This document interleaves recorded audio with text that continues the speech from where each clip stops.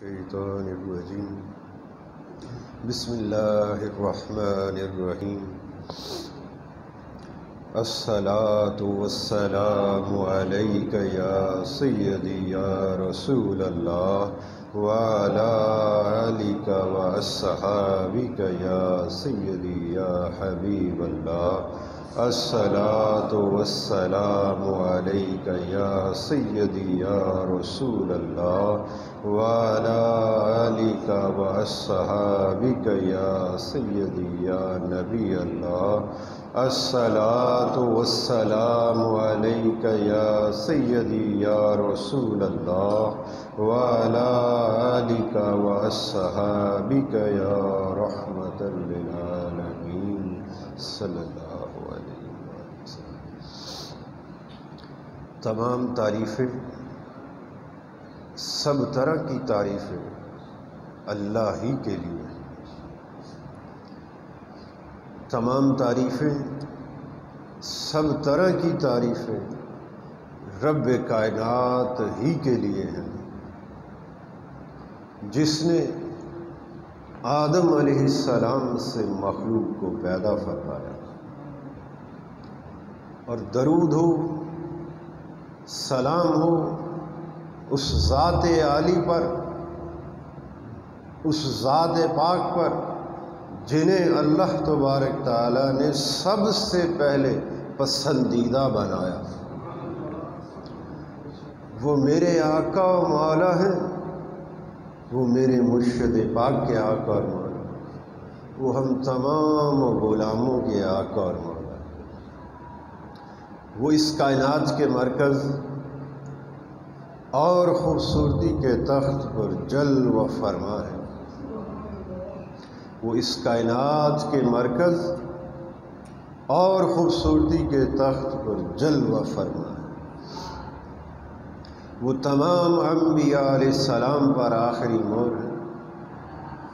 وہ اول بھی ہیں، وہ آخر بھی ہیں، آپ ظاہر بھی ہیں، باطن بھی۔ اے اللہ، وہ تیری ساری مخلوق میں، ساری کائنات میں تیری خالقیت کے کل دائرے میں سب سے بہتر ہے۔ اے اللہ، ان پر ہمیشہ ہمیشہ درود و سلام ہو۔ اے اللہ، ان پر ہمیشہ ہمیشہ درود و سلام ہو۔ اللہ تبارک تعالیٰ کا بڑا کرم ہے، بڑا فضل ہے، اس کی خاص عنایات ہیں، خاص مہربانی ہے، بلکہ اس کا احسان عظیم ہے ہمارے وجود لطیف پر، ہمارے قلب و باطن پر، کہ اس نے ہمیں نبی اکرم صلی اللہ علیہ وآلہ وسلم کے صدقے سے، آپ کے گھرانے کی خیرات سے اپنے مقبولوں کی بارگاہ میں اپنے ذکر کے واسطے جمع ہونے کی توفیق بخشی۔ اللہ تعالیٰ اس توفیق کو استقامت و دوام عطا فرمائے، اور جب تک ہماری زندگی باقی ہے، یہ سانس چل رہی ہے، دل دھڑک رہا ہے، ہمیں یوں ہی اپنا ذکر کرنے کی اور اپنے ذاکرین کی صف پر بیٹھنے کی توفیق عطا فرماتا ہے، تاکہ جب اس دنیاوی زندگی سے ہمارا جانا ہو تو ہمارا شمار کیا جائے اللہ کے ذاکر بندوں۔ اللہ تبارک تعالیٰ نے قرآن پاک فرقان حمید کے اندر ارشاد فرمایا، اللہ زمین و آسمان کا نور ہے۔ اللہ کیا ہے؟ بڑی توجہ کے ساتھ اس بات پر، اس آیہ کریمہ پر بہت سے خطابات ہو چکے، اور بڑی راز کی بات، آج ایک الگ ہی جہت پر چلیں گے، اور اللہ تعالیٰ نے چاہا تو اس کی توفیق سے، اس کے کرم سے بہت سے خطابات اس پر ہو سکتے ہیں، کہ ایسی جامع آیا کریں گے۔ تو فرمایا کہ اللہ زمین و آسمان کا نور ہے۔ اب اس کے نور کی مثال یہ ہے، میں مختصر کر رہا ہوں، اس پر بات ہو چکی اور آپ اس بات کو جانتے ہیں کہ اللہ تعالیٰ کی ذات کیا ہے؟ زمین اور آسمان کا نور ہے۔ اب زمین کیا ہے اور آسمان کیا ہے؟ ہر چیز کا ایک ظاہر ہے اور ایک باطن ہے۔ حدیث پاک کے اندر ہے کہ اللہ تعالیٰ نے کوئی شے ایسی پیدا نہیں فرمائی جس کا ظاہر اور باطن ہے۔ ہر شے کا ایک ظاہر ہے، ایک ظاہری پہلو ہے اور ایک باطنی پہلو ہے۔ تو اللہ زمین و آسمان کا کیا ہے؟ نور ہے۔ اب آسمان سے کیا مراد ہے؟ اللہ نے سما سے بارش نازل فرمائی۔ بولیے، بارش تو بادل سے آتی ہے، آسمان سے تو نہیں آتی۔ بولیے نا، بارش کہاں سے آتی ہے؟ بادل سے آتی ہے کہ آسمان سے آتی ہے؟ بادل سے۔ آسمان تو بہت بلندی والا ہے۔ تو یہ جو فرمایا اللہ نے سما سے بارش نازل کی، اس سے مراد یہ ہے اللہ نے بلندی سے بارش کو اتارا۔ سما کا معنی کیا بنا؟ بولیے، بلندی۔ اور زمین کا معنی کیا بنا؟ پستی۔ اب فرمایا کہ اس آیت کریمہ پر غور کریں، اللہ زمین و آسمان کا نور ہے۔ اللہ تعالیٰ کی ذات ہر بلند مقام کا نور ہے اور ہر پست مقام کے افق پر چمکنے والا بھی میرا ہی نور ہے۔ تجھے جس قدر قوت نصیب ہو جائے، تجھے جس قدر طاقت نصیب ہو جائے، تو تو جدھر بھی دیکھے گا میرے ہی نور کو پائے گا۔ اگر تو بلندی کی طرف دیکھے گا تو وہاں چمکنے والا بھی میرا ہی نور ہے، اور اگر پستی کی طرف دیکھے گا تو ہر پست مقام کے افق پر بھی میرا ہی نور یہ چمکتا دمکتا نصیب ہو۔ ایسی نگاہ تو لے کر آ، ایسا دل تو لے کر آ۔ وہ جو سیدنا موسیٰ علیہ السلام نے اللہ تعالیٰ سے عرض کی، باری تعالیٰ مجھے اپنا جلوہ دکھا، میں تیری طرف دیکھ لوں۔ فرمایا ہے موسیٰ تو یہاں ہرگز مجھے دیکھ نہیں سکتا۔ وہ کیوں نہیں دیکھ سکتا؟ مجھے دیکھنے کا قاعدہ ہی یہ ہے کہ مجھے جس نے بھی دیکھا مجھے میری نگاہ سے دیکھا، اپنی نگاہ سے نہیں دیکھ سکتے۔ مجھے دیکھنا چاہتے ہو تو مجھے میری نگاہ سے دیکھو۔ جب تم ایسی کیفیت کے اندر اپنے آپ کو ڈال لو گے، اپنے وجود کو میرے شعور کے اندر، میرے دھیان کے اندر فنا کر لو گے، تو پھر کیا ہوگا؟ تجھے نہ میں رہے گی نہ ہم رہے گی، بس پھر اس لمحے تجھے میری نگاہ نصیب ہو جائے گی۔ تو بلندی کی طرف دیکھے گا تو تجھے میرا ہی نور نظر آئے گا، تو پستی کی طرف دیکھے گا تو اس کے افق پر بھی میرا ہی نور پائے گا۔ تو جدھر بھی دیکھے گا میں تیرے بیچ بیچ میں بھی، تیرے اطراف و اکناف میں بھی میں بستا ہوں۔ میں کیا ہے؟ میں تمہاری شارگ سے بھی، بولو، قریب ہوں۔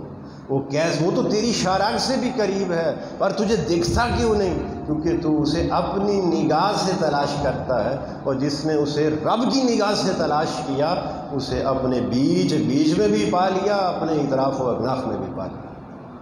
ہمارے سلسلے کے دادا مرشد حضرت خواجہ بایزید بستامی رضی اللہ تعالیٰ عنہ، آپ فرماتے ہیں کہ میں ایک طویل عرصہ اللہ تعالیٰ کی تلاش میں نکلا، جہاں بھی جاتا مجھے اپنا آپ ہی دکھائی دیتا، مسجد میں جاتا اپنا وجود دکھائی دیتا، جدھر بھی جاتا بایزید نکلا رب کو ڈھونڈنے تھا، اس کے جلوے کی، اس کی لقاء کو ڈھونڈنے کی تلاش کے غرض سے نکلا، جہاں بھی جاتا بایزید خود ہی کو پاتا۔ اب فرماتے ہیں کہ 20 سال سے یہ کیفیت ہے کہ میں خود کو ڈھونڈتا ہوں، میں خود ہی لاپتہ ہوں۔ جہاں بھی دیکھتا ہوں تیرا حسن جمال نظر آتا ہے، اپنے آپ کے اندر دیکھتا ہوں تو تیرا ہی حسن و جمال چمکتا دھمکتا نظر آتا ہے، اپنے اطراف و اکناف میں دیکھتا ہوں۔ اب 20 سال سے یہ کیفیت ہے، اپنا وجود ہی فنا کر بیٹھا ہوں، جدھر بھی دیکھتا ہوں رب بھی نظر آتا ہے۔ یہ وہ کیفیت ہے اللہ کی نگاہ کا پانا، تو جب بندے کو اللہ کی نگاہ نصیب ہو جاتی ہے تو پھر وہ نگاہ نصیب کیسے ہوتی ہے؟ دل کی آنکھ، دل کے کان نصیب اس وقت ہوتے ہیں جب بندہ خود کو فنا کر لیتا ہے اللہ تعالیٰ کی ذات میں، فنا فی اللہ کے مقام پر جب پہنچتا ہے تو پھر جب خود کے دھیان کو فنا کرتا ہے تو پھر کیا ہوتا ہے؟ اسے میری نگاہ نصیب ہوتی ہے۔ جب میری نگاہ سے کوئی دیکھتا ہے تو پھر اسے ہر بلند مقام پر بھی چمکتا ہوا میرا ہی نور نظر آئے گا، بولو، اور ہر پستی کے مقام کے افق پر بھی میرا ہی نور۔ اب یہ تو اس کا ظاہری معنی تھا، اب اس کا باطنی معنی، اس کا اطلاق کریں ذرا۔ جب آپ نے اپنے اطراف و اکناف میں دیکھا ہر بلندی کے مقام پر بھی اللہ کا حسن و جمال نظر آیا، ہر پستی کے افق پر بھی اللہ تعالیٰ کے حسن و جمال کو دیکھا، تو یہ تو ظاہر تھا۔ جب اس کا اطلاق اپنے وجود پر کرو گے،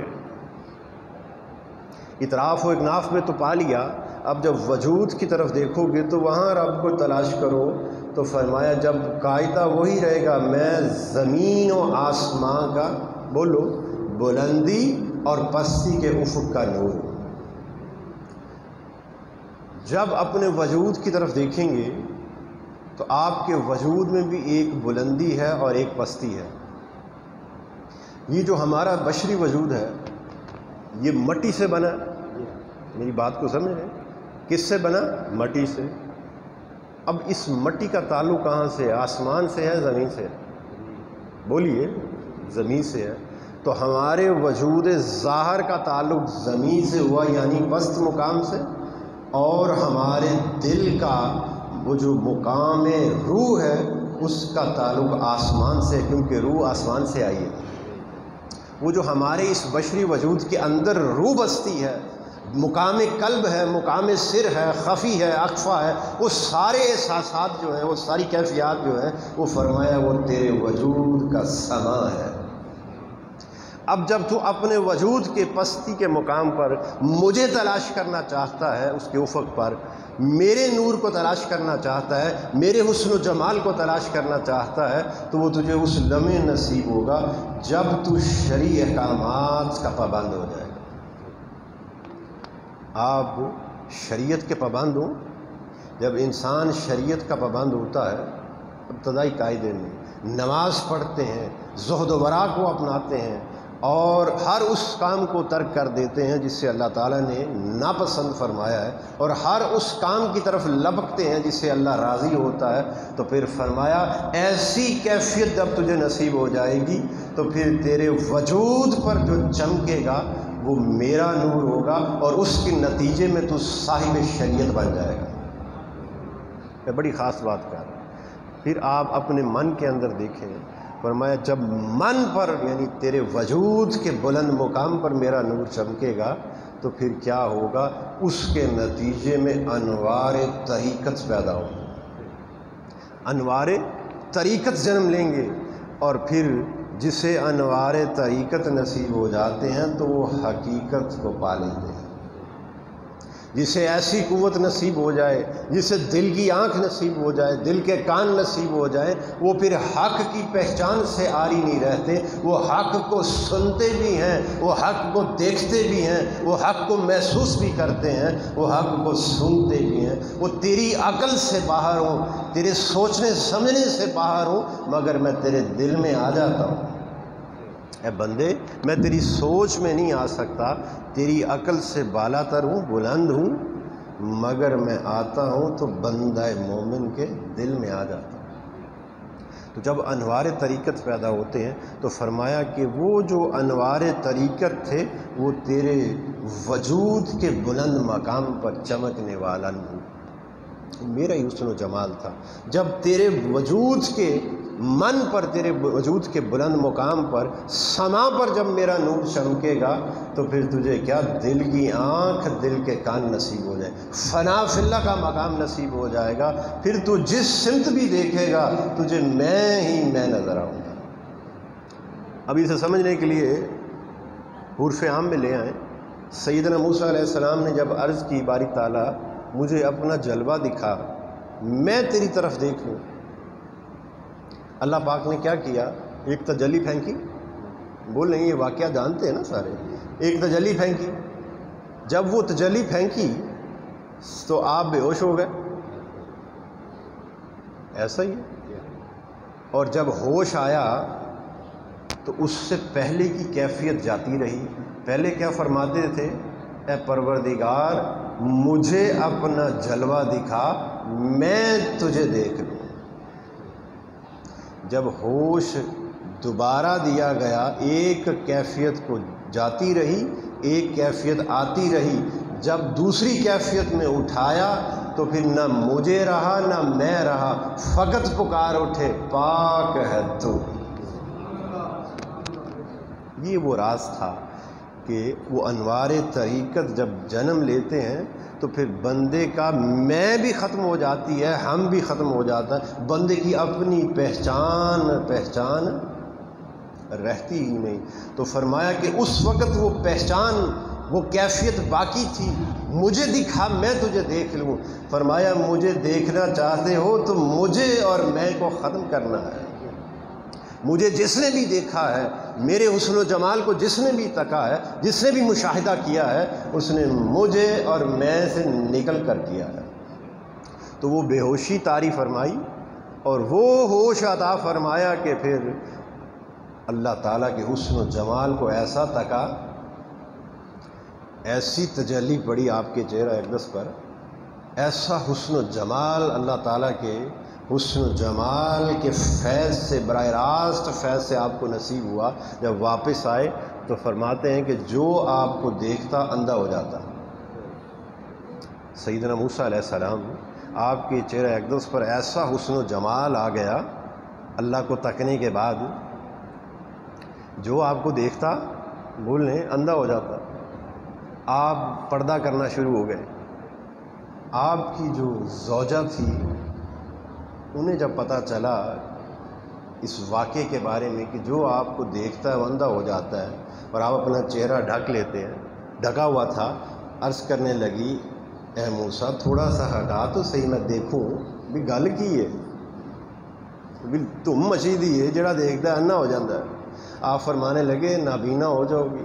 اچھا کوئی نہیں، میں ایک آنکھ پہ ہاتھ رکھ لیتی ہوں، ایک سے دیکھتی ہوں، ایک زائل ہوگی ایک تو رہ جائے گی نا، دیکھنا ضرور ہے. ہاتھ رکھ لیا. آپ نے جب حجاب ہٹایا تو وہ حسن و جمال رب کا تھا پڑا ہوا، رب کی تجلی پڑی ہوئی تھی. دیکھا تو اسے برداشت نہ کر سکے، آنکھ زائل ہو گئی. جب آنکھ زائل ہوئی تو وہ رب کا حسن و جمال دیکھا تو ایک تڑپ اندر جو ایک چنگاری تھی وہ سلگ رہی تھی، وہ بڑک اٹھی اللہ کے عشق کی. عرض کرنے لگی اے موسیٰ میں دوسری آنکھ سے بھی دیکھنا چاہتی ہوں. پہلے کیا تھا؟ آنکھ بچانا چاہتی ہوں اور دیکھنا بھی چاہتی ہوں. اب جب دیکھ لیا اس کے حسن و جمال کو تو پھر فرمانے لگی اب میں کیا چاہتی ہوں، آنکھ دوسری بھی جاتی سے جائے مگر اس حسن کو دیکھنا چاہتی ہوں، اللہ کے حسن کو، اس کے دیدار کو. دوسری آنکھ سے دیکھا وہ بھی زائل ہو گئی. جی نہ بھرا، تڑپ اٹھی. عرض کرنے لگی اے موسیٰ اللہ تعالیٰ سے کوئی ایسی نگاہ لے دے جس سے صبح و شام میں اس کے حسن و جمال کو تکا کر. یہ حدیث پاک کے اندر ہے. یہ آخری بات نبی اکرم صلی اللہ علیہ وآلہ وسلم نے ارشاد فرمایا کہ جب قیامت قائم ہو جائے گی اور جزا اور سزا کے معاملات طے پا جائیں گے تو جنتی جنت میں داخل فرما دیے جائیں گے. تو جب جنتی جنت میں داخل ہوں گے تو دوڑے پھرتے ہوں گے. کوئی جنت کی نہروں کو دیکھتا ہوگا، کوئی حور و قصور کو دیکھتا ہوگا، کوئی غلمان کو دیکھتا ہوگا، کوئی جنت کی فضاؤں میں گم ہوگا، کوئی ملائکہ کے انوار کو دیکھتا ہوگا، جنت کے باغات کی سیر کرتا ہوگا. مگر ایک طبقہ ایسا ہوگا جو سر جھکائے بیٹھا ہوگا، نہ جنت کی نہروں کو دیکھتا ہوگا، نہ حور و قصور کو دیکھتا ہوگا، نہ غلمان کی طرف کوئی دھیان ہوگا، نہ ملائکہ کے نور کی طرف کوئی دھیان ہوگا، نہ جنت کی فضاؤں کی طرف دیکھتے ہوں گے. وہ کیا ہوگا؟ بس سر جھکائے افسردہ بیٹھے ہوں گے. یہ حدیث پاک ہے. اللہ پاک ارشاد فرمائیں گے اے میرے فرشتوں جاؤ جا کر میرے بندوں سے پوچھو کیا میں نے ان سے جس چیز کا وعدہ فرمایا تھا انہیں یہاں وہ میسر نہیں ہے؟ وہ اللہ کے حکم سے ملائکہ ان سے پوچھیں گے اے اللہ کے بندو، اللہ پاک ارشاد فرماتے ہیں کہ تم سے جس چیز کا وعدہ کیا تھا، جنت کا، حور و قصور کا، جنت کی فضاؤں کا، نہروں کا، غلمان کا، وہ جو بھی انعامات میں نے تمہارے لیے رکھے تھے، جس کا تم سے وعدہ کیا تھا، صراط مستقیم پر جو تم نے میرے ساتھ سودا کیا تھا اور میری قائم کردہ حدود میں رہتے تھے، زندگی بسر کی تھی، وہ ایک معاہدہ جو تھا میرا، کیا اس کے عوض تمہیں سارا کچھ وہ نہیں ملا؟ وہ عرض کریں گے باری تعالیٰ سب کچھ ملا۔ پوچھا جائے گا افسردہ پھر کیوں ہو؟ بس پروردگار عالم، جو ہم چاہتے ہیں، یہ جو تو نے عطا کیا ہے یہ تیرا کرم ہے ہم پر، مگر جو ہم چاہتے ہیں ابھی تک ہمیں وہ نہیں ملا۔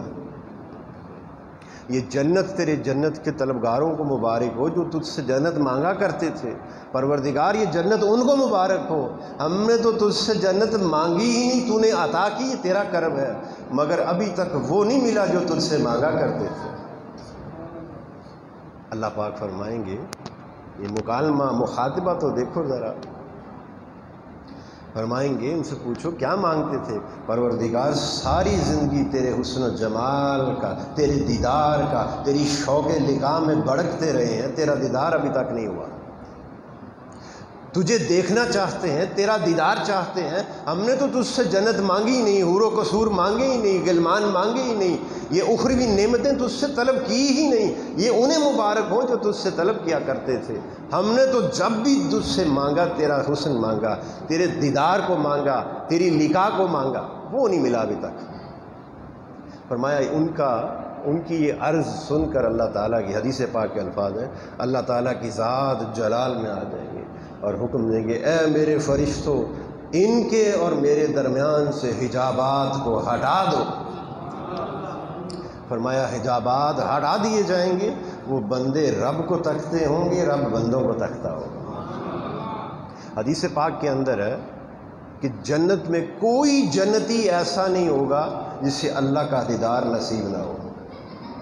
بس فرق یہ ہوگا کچھ لوگ ایسے ہیں جو ہفتہ وار اللہ کے دیدار کی مجلس لگے گی ان کے لیے، کچھ ایسے ہیں جو ہر روز اس کے دیدار کی مجلس انہیں نصیب ہوگی، اور کچھ ایسے بھی ہیں جنہوں نے ساری زندگی اس کے دیدار کے سوا مانگا ہی کچھ نہیں۔ وہ فرمایا وہ ہر لمحہ جنت میں اللہ کو تکتے ہوں گے۔ اور جس طرح آپ سارے یہاں بیٹھے ہیں، حدیث پاک میں اس طرح اللہ کے دیدار کی مجلس لگا کرے گی، اور اللہ تعالیٰ ہر خاص و عام سے مخاطب ہوگا۔ مخاطبہ کیا ہوگا؟ اے فلاں کے بیٹے فلاں، بتا تیرا کیا حال ہے۔ ایسے ہر بندے سے، ہر شخص سے اللہ تعالیٰ کی ذات کلام فرمائے، اے فلاں کے بیٹے فلاں، بتا تیرا کیا حال ہے، تجھ سے جو وعدہ کیا تھا تجھے نہیں عطا کیا تھا۔ پھر حدیث پاک کے اندر یہاں تک فرمایا کہ اللہ تعالیٰ ان کے گناہوں کا تذکرہ کرے گا۔ اے فلاں کے بیٹے فلاں، اور بتا دنیا میں اے کردہ سی یہ معاملات کرتا تھا، یہ خطائیں کرتا تھا۔ فرمایا جب یہ مخاطبہ ہوگا تو وہ خوف زدہ ہو جائے گا کہ میرے گناہوں کا تذکرہ کیا جا رہا ہے، اب خیر ہی ہو۔ تو جب وہ خوف زدہ ہوگا، اور حدیث پاک کے الفاظ ہیں کہ وہ خوف زدہ ہو کر عرض کرے گا باری تعالیٰ یہ خطائیں کی تھی تو نے معاف نہیں تھی کر دی؟ ڈرتا عرض کرے گا۔ اللہ پاک فرمائیں گے وہ معاف کی ہے تو یہاں بیٹھا ہے نا۔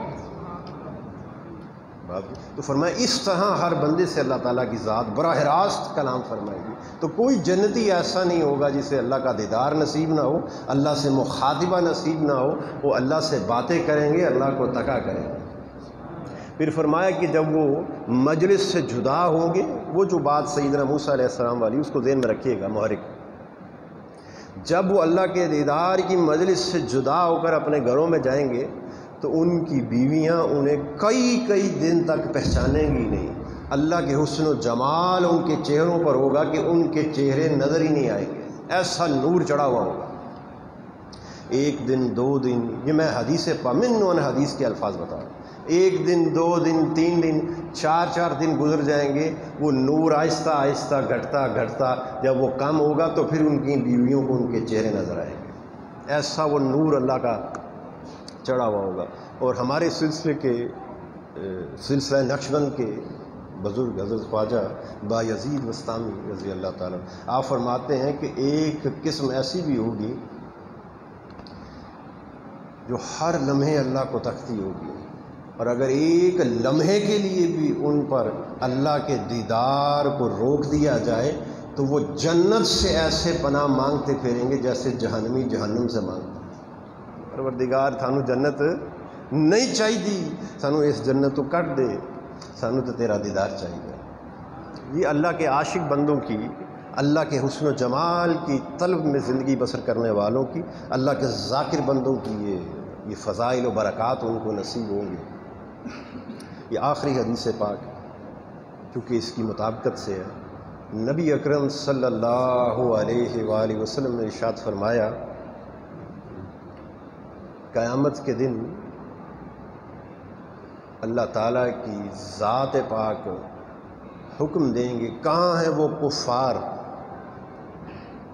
انہیں حاضر کیا جائے، میں کفار کو پیش کیا جائے، کہاں ہیں مشرک لوگ حاضر ہو جائیں گے، تو حکم ہوگا کہاں ہیں وہ لوگ، وہ بت جن کی یہ پرستش کیا کرتے تھے، اور فرشتوں نے وہ بت اٹھائے ہوں گے، وہ حاضر ہو جائیں گے، باری تعالیٰ یہ ہیں، حکم ہو، ان سے پوچھا جائے گا ہاں بھئی تم ان بتوں کی پرستش کرتے تھے؟ وہ کہیں گے باری تعالیٰ، اقرار کریں گے باری تعالیٰ کرتے تھے۔ اللہ پاک حکم دیں گے ان بتوں کو جہنم میں پھینک دو، فرشتے اللہ کے حکم سے وہ بتوں کو کیا کریں گے؟ جہنم میں پھینک دیں۔ اللہ پاک حکم دیں گے، اے کفار سے کہیں گے، مشرک لوگوں سے، جاؤ جہاں تمہارے معبود گئے تم بھی پیچھے کود جاؤ۔ میں وہ ہاتھ باندھ کے عرض کریں گے باری تعالیٰ انہوں نے جان دے، سانو بچا لے، جتنے بھی گئے نے یہ بت جن کی ہم پرستش کرتے تھے ان کو جانے دے، ہمیں بچا، ہمیں معاف کر دے۔ اللہ پاک اس بات سے جلال میں آ جائیں گے اور فرمائیں گے کہاں ہیں وہ لوگ جو مجھ سے محبت کرنے والے ہیں۔ میں ایک طبقہ اللہ کے محبان الہی کا ایک طبقہ اٹھے گا، اللہ کے عاشق بندوں کا ایک طبقہ اٹھے گا، اللہ پاک ان سے مخاطب ہوں گے مجھ سے محبت کرتے ہو؟ جو مجھ سے محبت کرتا ہے جہنم میں کود جائے۔ حدیث پاک میں ہے یہ کہنا ہوگا، بس ان پر ایک وجب طاری ہوگا اور وہ جھومتے ہوئے اللہ کا ذکر کرتے ہوئے جہنم میں کود جائیں گے۔ جب وہ جہنم میں کود جائیں گے اللہ پاک کفار سے مخاطب ہو کر کہیں گے محبت عشق اس کو کہتے ہیں، تم کیا کرتے ہیں؟ اسے کہتے ہیں محبت، اسے کہتے ہیں عشق، کہ جس سے عشق کیا جائے وہ محبوب جہنم میں بھی پھینکے تو وہ خوشی خوشی غلام جائے۔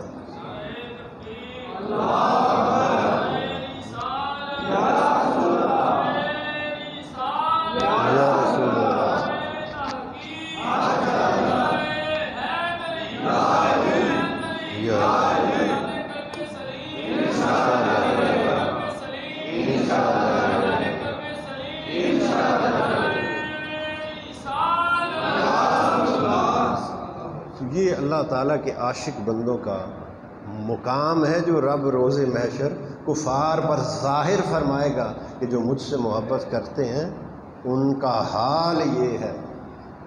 اور جہاں اللہ کا ذاکر بندہ ہو وہاں عذاب آتا ہی نہیں ہے۔ بولو اب اگلی بات دیکھیں نا، جب ان کو جہنم میں پھینکا جائے گا تو پھر ان کا کیا ہوگا؟ جہنم رہے گی نہیں۔ بولو جہنم رہے گی نہیں۔ کیوں نہیں رہے گی؟ یہ بڑی معروف بات ہے کہ پلسرات سے جب اللہ والے گزریں گے، یہ قرآن پاک کی نص سے یہ بات ہے، جب پلسرات سے اللہ والے گزریں گے تو کیا فرمایا؟ ان کے نور سے، ان کی ٹھنڈک سے وہ بجھنے کو ہو جائے گی، اور وہ کہے گی جلدی گزر جاؤ کہ میں کہیں بجھ نہ جاؤں۔ تو اللہ والوں کی تو تاثیر یہ ہے کہ وہ جہنم ان سے بولو بجھتی ہے، جب انہیں ڈالا جائے گا تو جہنم ویسے ہی بجھ جائے گی۔ حدیث پاک کے اندر ہے کہ جہنم کی آگ بھڑکتی ہوگی، شعلے اٹھتے ہوں گے، بلند ہوتے ہوں گے اور قابو نہیں آتے ہوں گے، تو ملائکہ کیا کریں گے؟ اسے قابو میں لانے کے لیے چند قطرے پانی کے لا کر اس میں چھڑک دیں گے۔